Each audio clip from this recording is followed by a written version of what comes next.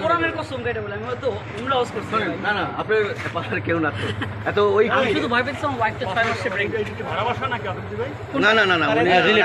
না না এটা আমাদেরই বাসা আমার চাচা আমার আপন দাদার বাসা হ্যাঁ আমরা দাদা পুরো- ওইটাই দাদার বাসা আসছি আমি। কবর জিয়ারত করতে হ্যাঁ হ্যাঁ ঠিক আছে যে আব্বা এই অবস্থা যে কবর জিয়ারত করি না ওইটা আমরা আচ্ছা, কিছু। সবই জানি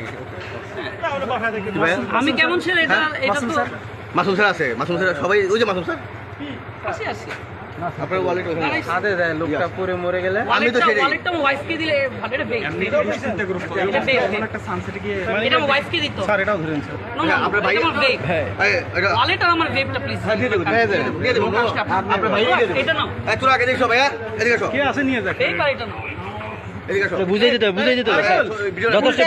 ভিডিও সব বুঝাই দেবেন এই স্যার এটা উল্টা যায় আমাকে আপনারা ওটা আমি সুন্দর করে বলতেছি হ্যাঁ, আমি বিদায় নিয়ে যাই না স্যার একটু হ্যারিজ হয়ে গেছে আপনি তো বুঝে নেই আমি ডিবিতে যাচ্ছি না আমরা কোথায় যাচ্ছি ডিবিতে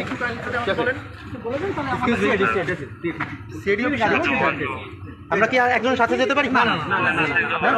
একটু সাথে একজন প্লিজ না অন্য গাড়ি ওখানে কি আছে একজন আছে